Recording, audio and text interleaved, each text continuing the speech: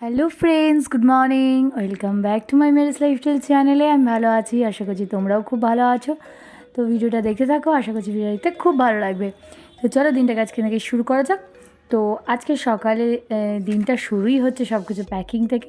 তোমরা আগের ভিডিওতে দেখেছো যে আমি সব কিছু প্যাক করছি, কারণ আমরা এখান থেকে শিফট হয়ে যাচ্ছি।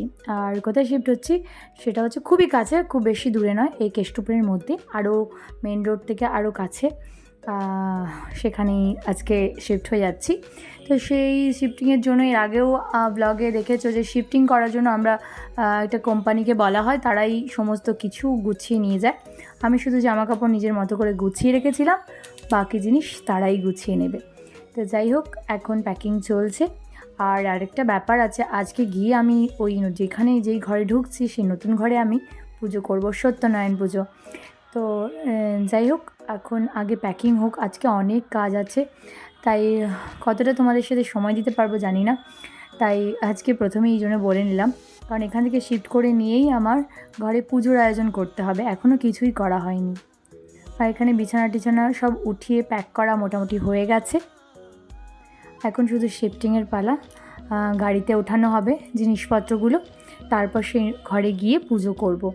বিকেল 4টের সময় পুরোহিত মশাই আসবেন বলেছেন। তো যাই হোক, এখন 11:30 পেরিয়ে গেছে প্রায়। তো চলো। 2 hours later. সমস্ত কিছু আনা হয়ে গেছে, অনেকটা সময় কেটে গেল। আর এখানে রিঙ্কি তিথি দুজনে মিলে মানে খিচুড়ি আয়োজন করছে। সব কিছু খুঁজে খুঁজে নিতে হচ্ছে, কারণ কোনো কিছু হাতের কাছে নেই। আর রান্নাঘর সমস্ত কিছু এখনও পর্যন্ত এলোমেলো।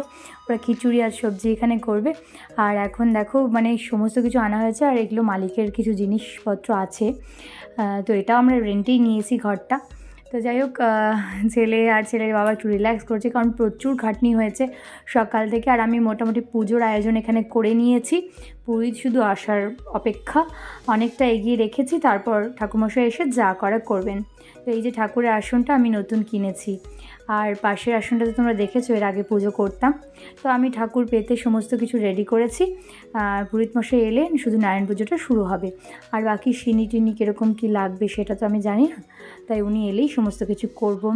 আর এদিকে দেখো, দুজনে হয়রান হয়ে যাচ্ছে সব কিছু খুঁজতে খুঁজতে, কারণ কোথায় কী আছে কোনো ঠিক নেই। কিচেন বলে লেখা আছে বক্সগুলোতে, কিন্তু কিচেন তো একটা নেই, 2-3টে করে বক্স হয়ে গেছে। এত জিনিস, সমস্ত কিছু এলোমেলো। এদিকে তিথি আর রিঙ্কি দুজনের হালত পুরো খারাপ হয়ে গেছে খুঁজতে খুঁজতে।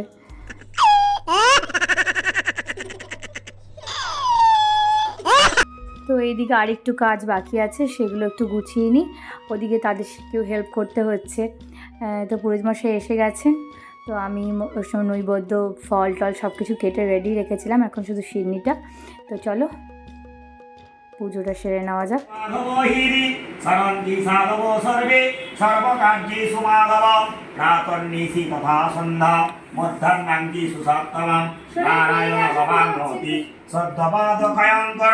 শুক্লাম্বরধরং বিষ্ণু শশীবর্ণং চতুর্ভুজং প্রসন্নং বদনং ধ্যায়েৎ সর্ববিঘ্নোপশান্তয়ে।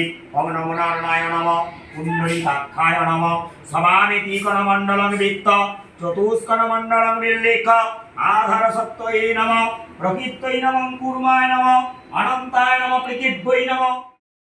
ঘর যখন মানে নতুন ঢুকেছি, সেই জন্য একটু পুজো করে নিচ্ছি।